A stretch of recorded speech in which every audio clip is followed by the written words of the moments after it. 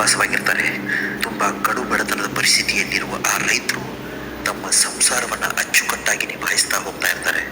ದುಃಖ, ನೋವು, ಸಂಕಷ್ಟಗಳ ಮಧ್ಯೆಯೇ ಆ ಜೀವನವನ್ನು ಕೂಡ ಮುಗಿಸ್ತಾರೆ. ಅಂದರೆ ಆ ಇಬ್ಬರು ರೈತರು ಕೂಡ ಕೊನೆಗೆ ವಯಸ್ಸಾಗಿ ಸಾವನ್ನಪ್ತಾರೆ. ಸತ್ತ ನಂತರ ಮೇಲೆ ದೇವರ ಹತ್ರ ಹೋಗಿ ಭಗವಂತನಿಗೆ ಪ್ರಾರ್ಥನೆ ಮಾಡಿ ಅವರ ಮುಂದೆ ತಮ್ಮ ಅಳಲನ್ನು ವ್ಯಕ್ತಪಡಿಸ್ತಾ ಇರ್ತಾರೆ. ಮೊದಲನೇ ರೈತ ಹೇಳ್ತಾನೆ, ಭಗವಂತ, ನನಗೆಂಥ ಜನ್ಮವನ್ನು ನೀಡಿದೆ ನೀನು.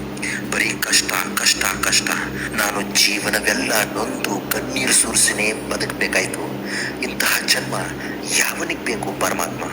ಭಗವಂತ ಆ ವ್ಯಕ್ತಿಯ ಕಷ್ಟಗಳನ್ನು ಆಲಿಸುತ್ತಾ ಆ ವ್ಯಕ್ತಿಗೆ ಒಂದು ಮಾತನ್ನು ಕೇಳ್ತಾರೆ, ಸರಿ ಮಗು, ಆಗಿದ್ದೆಲ್ಲ ಮರೆತುಬಿಡು. ಇನ್ನು ಮುಂದಿನ ಜನ್ಮ ನಿನಗೆ ಯಾವ ತರಹದ ಬದುಕು ಬೇಕು ಹೇಳು. ಪರಮಾತ್ಮನ ಮಾತುಗಳನ್ನು ಕೇಳಿಸಿಕೊಂಡ ಆ ವ್ಯಕ್ತಿ, ಭಗವಂತ, ನನಗೇನಾದರೂ ಮುಂದಿನ ಜನ್ಮ ಅನ್ನೋದಿದ್ರೆ ನಾನು ಯಾರಿಗೂ ಏನು ಕೊಡಬಾರ್ದು, ಎಲ್ಲ ನನಗೆ ಬರ್ತಾ ಇರಬೇಕು, ಎಲ್ಲರೂ ಕೂಡ ನನಗೆ ಕೊಟ್ಟು ಹೋಗಬೇಕು. ಆದರೆ ನಾನು ಯಾರಿಗೂ ಕೊಡುವಂತಹ ಪರಿಸ್ಥಿತಿ ನನಗೆ ಬರಬಾರ್ದು. ಆ ತರಹದ ವೈಭವದ ಜೀವನ ನನಗೆ ಕೊಡುಗುವಂತ ಅಂತ ಕೇಳ್ಕೊತಾನೆ. ಪರಮಾತ್ಮ, ಸರಿ ಆಯಿತು, ನೀನು ಅಂದ್ಕೊಂಡ ಹಾಗೆ ನಿನ್ನ ಆಸೆಯಂತೆ ಎಲ್ಲವೂ ಕೂಡ ನಡೆಯುತ್ತೆ, ನೀನು ಹೋಗು ಮಗು ಅಂತ ಕಳಿಸ್ತಾನೆ. ಇನ್ನು ಎರಡನೇ ರೈತನ ಸರದಿ. ಪರಮಾತ್ಮ ಆ ರೈತನಿಗೆ ಕೇಳ್ತಾನೆ, ನಿಂದೇನು ಮಗು, ನಿನಗೆ ಜೀವನದಲ್ಲಿ ಏನಾದರೂ ಸಮಸ್ಯೆಗಳಾಯ್ತಾ?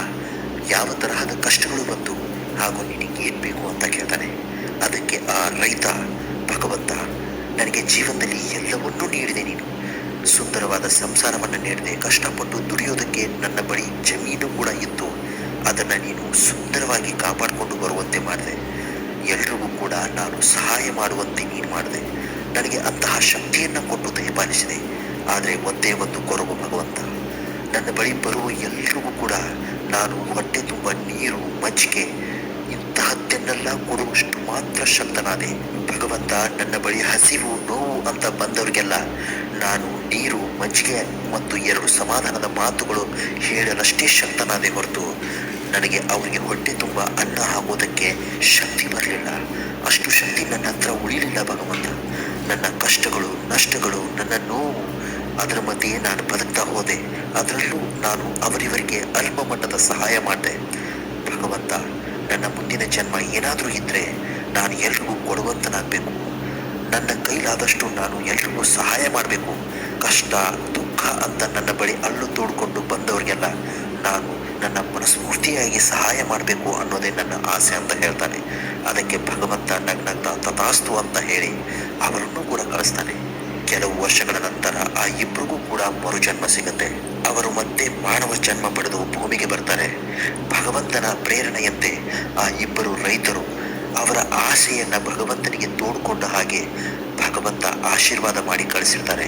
ಅದರಂತೆ ಮೊದಲನೇ ರೈತ, ನಾನು ಯಾರಿಗೂ ಏನೂ ಕೊಡಬಾರ್ದು, ಬದಲಾಗಿ ನನಗೆ ಎಲ್ಲ ಬರಬೇಕು, ಎಲ್ಲರೂ ಕೂಡ ನನಗೆ ಬರಬೇಕು ಅನ್ನೋ ಕೋರಿಕೆಯಂತೆ ಅವನು ಭಿಕ್ಷುಕನಾಗಿ ಹುಟ್ಟುತ್ತಾನೆ. ಭಿಕ್ಷುಕನಾಗಿ ಹುಟ್ಟಿದ ಮೇಲೆ ಅವನಿಗೆ ಕೊಡೋ ಶಕ್ತಿ ಇರಲ್ಲ. ಬದಲಾಗಿ ಎಲ್ಲರೂ ಕೂಡ ಅವನಿಗೆ ಚಿಲ್ಲರೆ ಹಣ ಕೊಟ್ಟು ಅಲ್ಪ ಸಹಾಯ ಮಾಡಿ ಅಲ್ಲಿಂದ ಹೊರಟೋಗ್ತಿರ್ತಾರೆ. ಆದರೆ ಎರಡನೇ ವ್ಯಕ್ತಿಯ ಕಥೆ ವಿಭಿನ್ನವಾಗಿರುತ್ತೆ. ಮೊದಲನೇ ವ್ಯಕ್ತಿಯ ತದ್ವಿರುದ್ಧವಾಗಿರುತ್ತೆ. ಅವನು ಭಗವಂತನಲ್ಲಿ ಏನು ಕೇಳ್ಕೊಂಡಿರ್ತಾನೆ ಗೊತ್ತಾ? ನಾನು ಎಲ್ರಿಗೂ ಕೊಡುವಂತನಾಗಬೇಕು, ನನ್ನ ಬಳಿ ಸಹಾಯ ಅಂತ ಬಂದವರಿಗೆ ನಾನು ಯಾರಿಗೂ ವಾಪಸ್ ಕಳಿಸ್ಬಾರ್ದು ಅಂತ ಕೇಳ್ಕೊಂಡಿರ್ತಾನೆ. ಅದರಂತೆ ಭಗವಂತ ಅವನನ್ನು, ಸ್ನೇಹಿತರೆ, ಒಂದು ದೊಡ್ಡ ರಾಜ್ಯದ ರಾಜನನ್ನಾಗಿ ಆ ಭಗವಂತನು ಅವನನ್ನು ಸೃಷ್ಟಿ ಮಾಡಿರ್ತಾನೆ. ಅದರಿಂದ ಅವನು ಎಲ್ರಿಗೂ ಸಹಾಯ ಅಂತ ಬಂದವರಿಗೆ ಸಹಾಯ ಮಾಡ್ತಾ ಇರ್ತಾನೆ. ಕಷ್ಟ ಅಂತ ಬಂದವರಿಗೆ, ಹಸಿವು ಅಂತ ಬಂದವರಿಗೆ ಅನ್ನದ ರೂಪದಲ್ಲಿ ಸಹಾಯ ಮಾಡಿ ಕಳಿಸ್ತಾ ಇರ್ತಾನೆ. ಡಿಯರ್ ಫ್ರೆಂಡ್ಸ್, ಈ ಕಥೆಯ ಉದ್ದೇಶ ಏನು ಗೊತ್ತಾ? ಮನುಷ್ಯರಲ್ಲಿ 2 ರೀತಿಯ ಯೋಚನೆಗಳಿರುತ್ತೆ. ಒಂದು ಸಕಾರಾತ್ಮಕ ಯೋಚನೆ, ಇನ್ನೊಂದು ನಕಾರಾತ್ಮಕ ಯೋಚನೆ. ನಮಗೆ ಬಂದಿರುವಂತಹ ಕಷ್ಟಗಳು ನಮಗೆ ಮುಂದಿನ ಒಳ್ಳೆಯದಕ್ಕೆ ಅನ್ನೋದನ್ನು ನಾವು ಮರಿಬಾರ್ದು.